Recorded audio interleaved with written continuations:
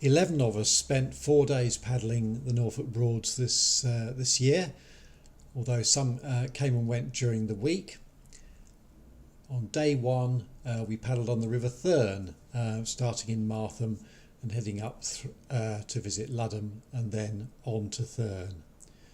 So here we are beginning our journey, passing through the swing bridge, which we had to wait for it to open at Martham before setting off downriver.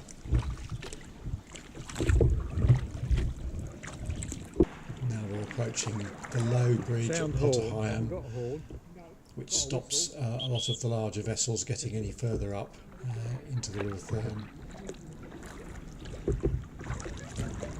Plenty of scratch marks under there. And this house is called Dutch Touch. It's believed to be the oldest house residential house in Potter Heigham, and was moved there by barge in 1917. Hi.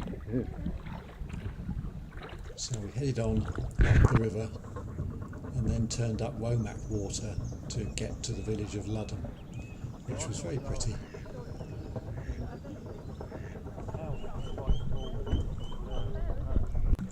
And on we went towards Thurne. There's the mill, and we stopped at Thurne for our lunch.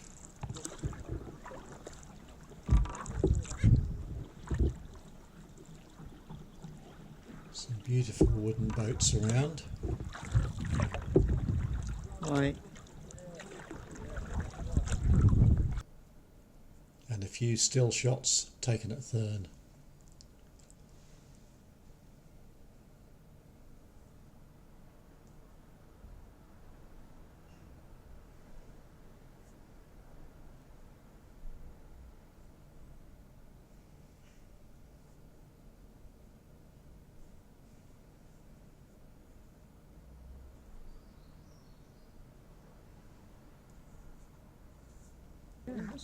Yeah, it's gone a bit muddy. Then after lunch it was back on the river, heading upstream back towards Martham via Well, I Potter put Heigham this and on under because I the was low chilly at bridge again. lunchtime, so I'm quite warm now. Yeah. Yeah.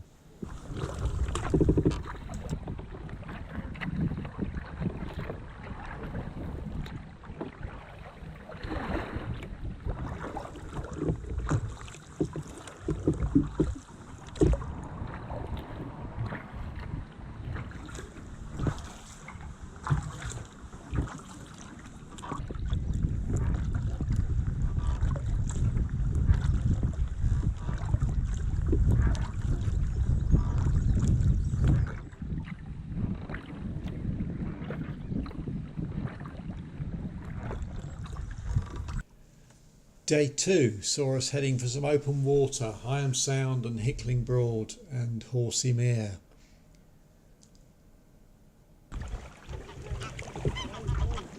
Up, up, up, up, up, up. Ooh, that one looks... I think we lost it. That one looks a bit injured, doesn't it? Oh, that one looked like a parent that can't be trusted. Abandons the So children. after a relatively sheltered start, we were off out into the open water across Hickling Broad, and you can see there in the distance a huge flock of swans.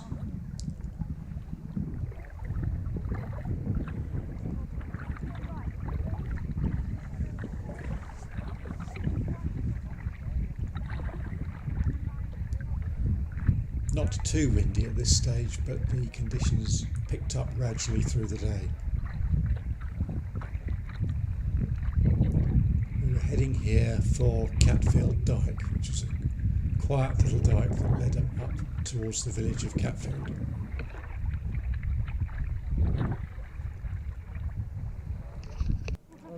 And there we are at the beginning of Catfield Dyke.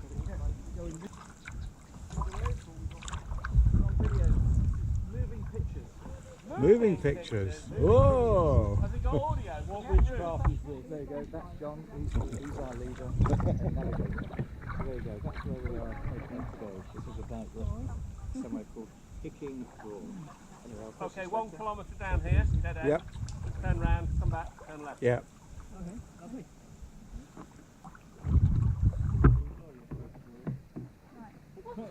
sunny today, is it? It's supposed to be raining. No, I put. Someone's shining down on me. Purposely didn't bring my sunnies. Which one? So one of them was from excavation pits and one of them is natural. Is that a difference between a board and a mirror? A lovely peaceful paddle and a bit of respite from the livelier conditions out on the Broad.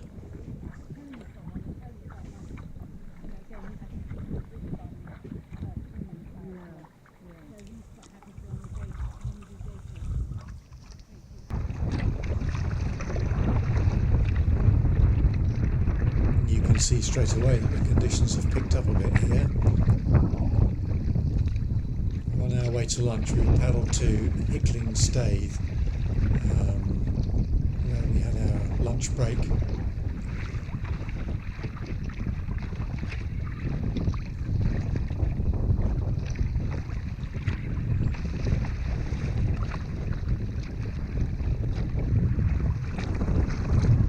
could feel it picking up while we were at lunch though, couldn't you?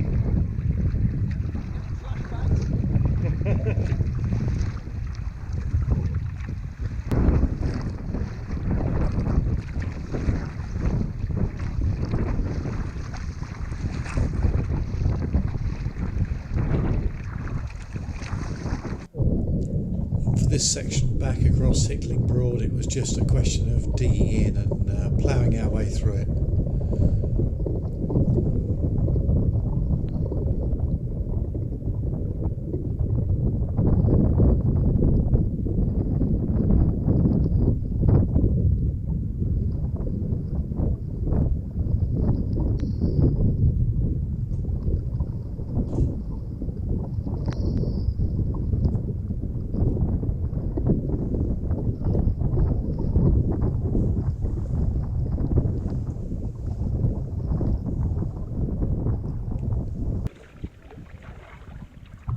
Finally back in some calmer waters as we headed back out of Higham Sound and back towards Martham. And we'll finish off day 2 with just a few stills from the day.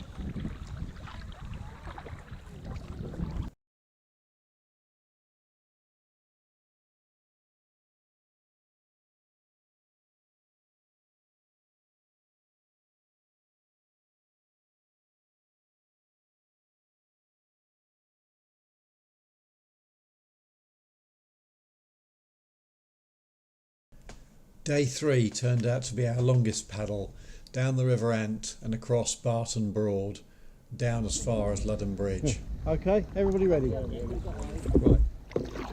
On your mark, off we go. Oh no, right, set my watch going. go. Well, So we started off from Stalham, Joking. which proved to be a better starting place than Sutton, which we'd tried the year before.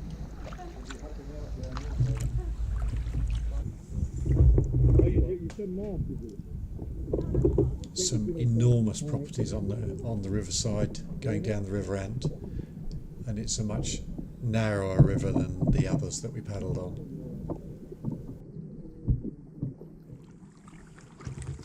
It's pretty special, isn't it? We've had to put it in the car.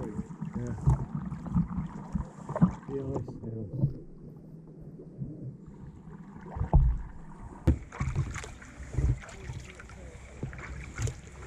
Hello. It was along this stretch of river Sarah and Mark stopped for ages. We wondered what they were looking at, and here you can see the amazing piece of video that Sarah shot of a kingfisher.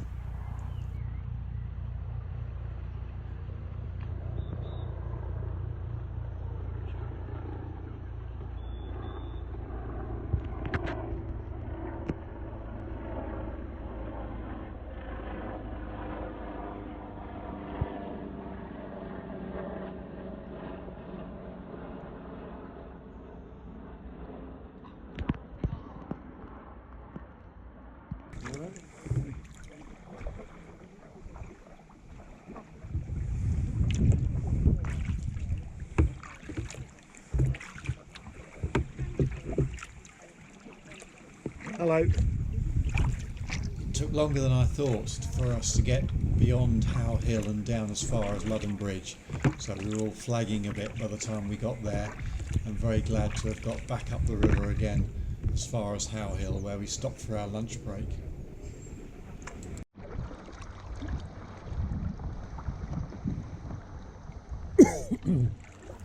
This was our turning point at Ludden Bridge.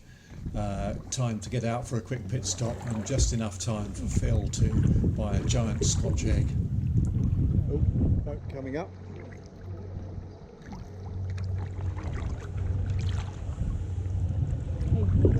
Quite big, aren't Yeah. We were never going to escape the whole week without rain, and when it did come, it came in the form of some quite heavy hail. Only lasted for about 10 minutes though, and it was quite close to the end of the paddle.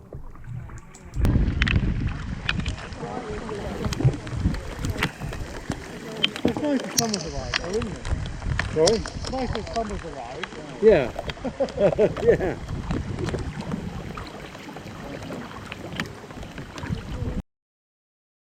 And before we knew it, we'd reached the last paddle of the week, and we set off from Upton Dyke to head up the River Bure towards South Walsham Broad. Yeah.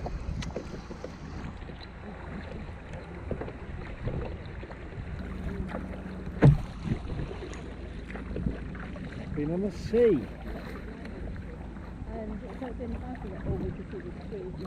Before going up to South Walsham Broad, we stopped off to have a look at the remains of St Benet's Abbey. This Norfolk monastery dates back to the Anglo-Saxon times, and it's the only monastery in England that was not closed down by Henry VIII. Only the gatehouse area now remains.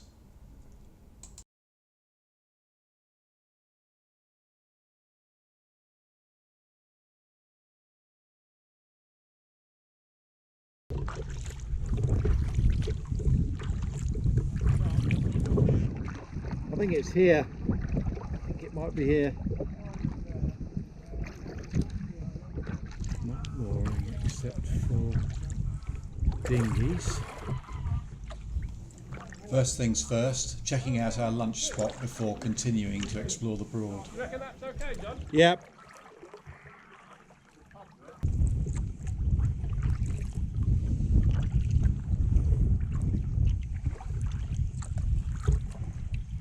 This is where the turns are, isn't it?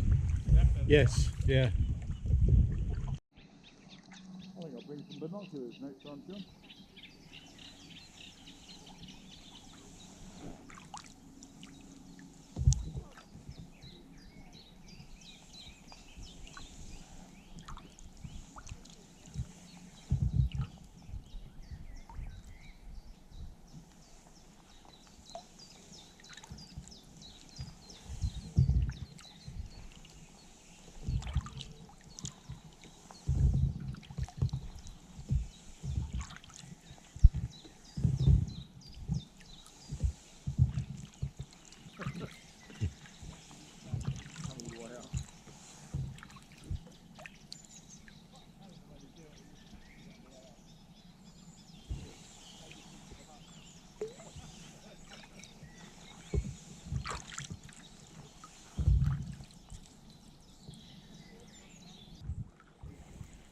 And here are a few still shots taken of the Broad before we headed back to find our lunch spot.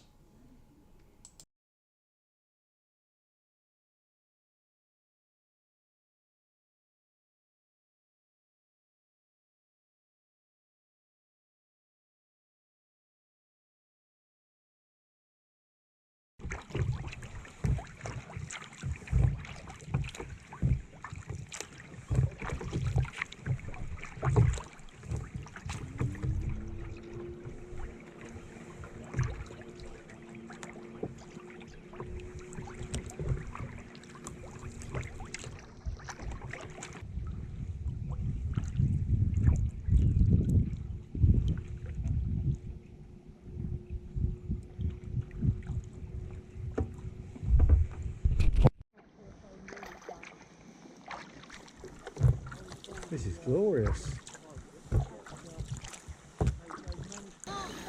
yeah, hit it. Oh, I saw that. Well done. Whoa! I've seen 2 bitterns this holiday. You know what I saw first was backside, and I thought it was a chicken. Yeah. Why is there a chicken in the... And they're much bigger when you come out, aren't they? They're big ones. Wow.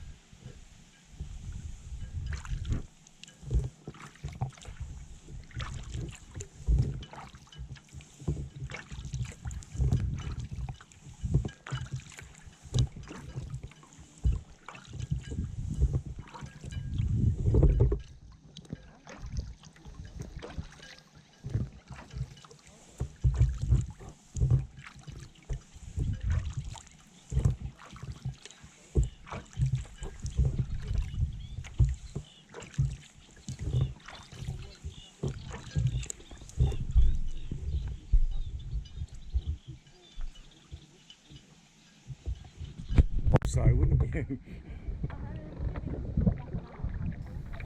And there we are, back at Upton Dyke, in the end of 4 days paddling in Norfolk, where we covered 80 kilometres. He's got stuck in his boat.